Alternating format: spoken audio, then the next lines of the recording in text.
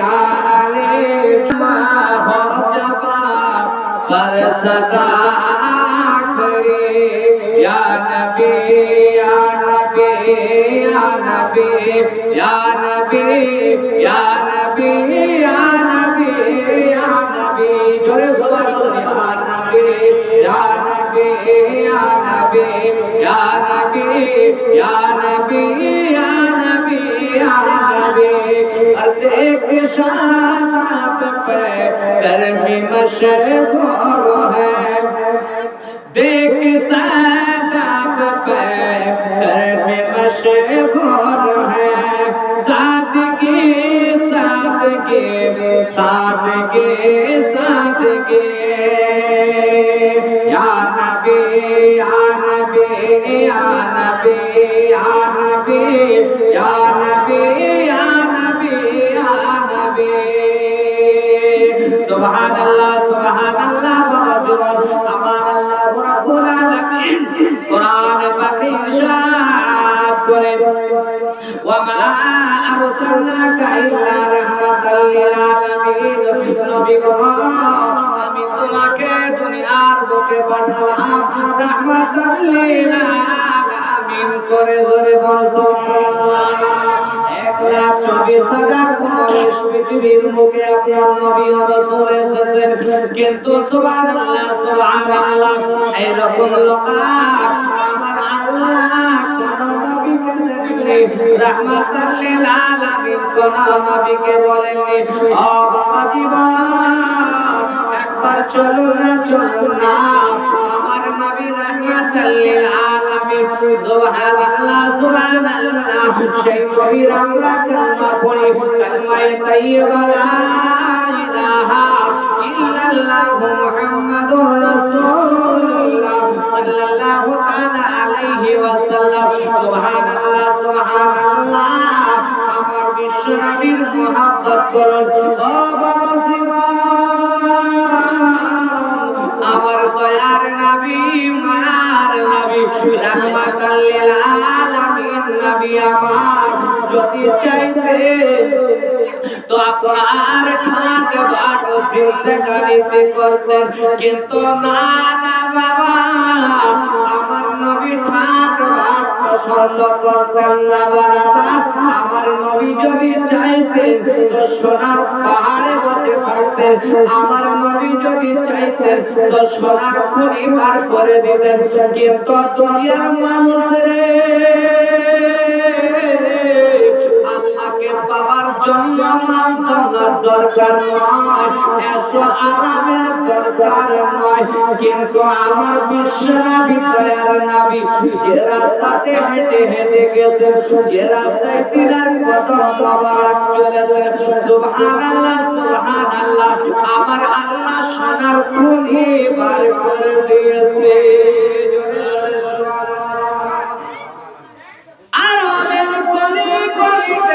বাবা সোনার খনি বার হয়ে গেছে তেলের খনি বার হয়ে গেছে দুনিয়ার মানুষ যেন না বলতে পারে দুনিয়ার মানুষ যেন না অভিযোগ করতে পারে ওই নবীর কলমা পড়ে সেই নবী আপনার নরম বিছানায় ঘুমিয়েছিল না না বাবা ওই নবীর কলমা পড়ে আপনার সেই নবী ঠাট বাট জিন্দেগানিতে ঘুরতে কিন্তু না না বাবা আমার নবীর বিছানা রে আমার নবী যে পাটির মধ্যে ঘুমাতে আমার নবী যে চাটাইয়ের মধ্যে ঘুমাতে খেজুরের পাটিতে ঘুমাতে আমার রাসূলের তাক হয়ে যেত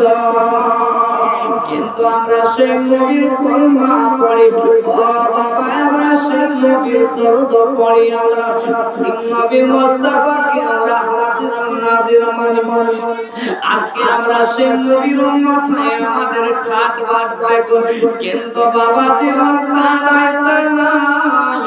নবীর প্রেম ভালোবাসা যদি চান একবার দোকানে হাত তুলে জোরে বলি ইয়া রাসূলুল্লাহ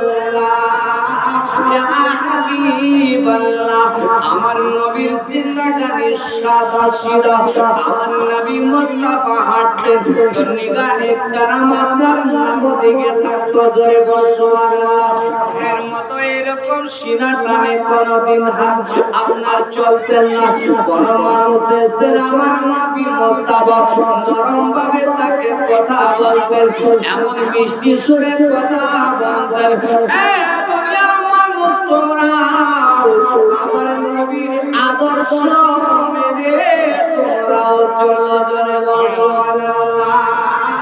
আমার নবীর জীবনীটাকে একবার তুলে দেখুন আমার নবীর ইতিহাসটাকে একবার তুলে দেখুন আমার নবীর জীবনীটাকে একবার পড়ে দেখুন আপনি হয়তো ভালো হয়ে যাবে বড় জগৎ ভালো হয়ে যাবে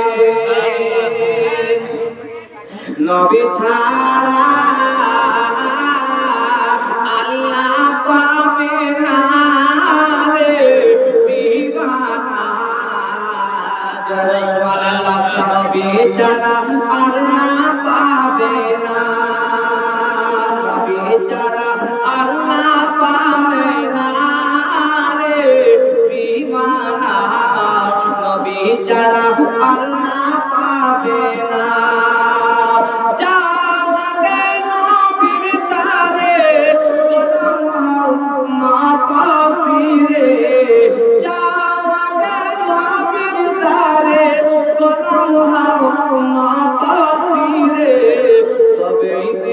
খোদার ঠিকানা রে দিবানা নবী ছাড়া আল্লাহ পাবে না নবী ছাড়া খোদা পাবে না রে দিবানা নবী ছাড়া খোদা পাবে না সুবহানাল্লাহ সুবহানাল্লাহ আমার দয়ার নবী রাহমাতাল লিল আলামিন বিশ্ব নবীকে আমার আল্লাহ রাব্বুল আলামিন রাহমাতাল লিল আলামিন করে পাঠালেন ও বাবা জীবন আমার নবী মুস্তাফা সাল্লাল্লাহু আলাইহি ওয়াসাল্লাম একদা এক সময় আমার নবী মুস্তাফা চচ্চার করে কাঁদতেছে আপনারা সব পড়তেছে বারানা হযরতে আবু বকর সিদ্দিক এসে বলেন ইয়া রাসূলুল্লাহ ইয়া হাবিবাল্লাহ নবী গো আপনি কেন কাঁদতেছেন ইয়া রাসূলুল্লাহ আপনাকে মনে আঘাত দিল দয়ার নবী গো আপনার মনে কে দুঃখ দিয়েছে বলুন বলুন আমার দয়ার নবী কোন কথা বললেন না সুবহানাল্লাহ সুবহানাল্লাহ তারপরে হযরতে উমর ফারুক এলেন বলে ইয়া রাসূলুল্লাহ হাবিবাল্লাহ নবী গো আপনার মনে দুঃখ মানে আরশে আজিমের দুঃখ ইয়া রাসূলুল্লাহ আমাদের মনে দুঃখ ইয়া রাসূলুল্লাহ বলুন বলুন আপনাকে কে আঘাত দিয়েছে আপনাকে কে কষ্ট দিয়েছে দয়ার নবী মায়ার নবী কোন কথা বললেন না মাগো তারপরে হযরতে আলী এসে বলে ইয়া রাসূলুল্লাহ ইয়া হাবিবাল্লাহ নবী গো একবার বলুন বলুন হযরতে আলী কোন কথা বললেন না তারপরে হযরতে ওসমান এগিয়ে এলেন বলে ইয়া রাসূলুল্লাহ ইয়া হাবিবাল্লাহ নবী গো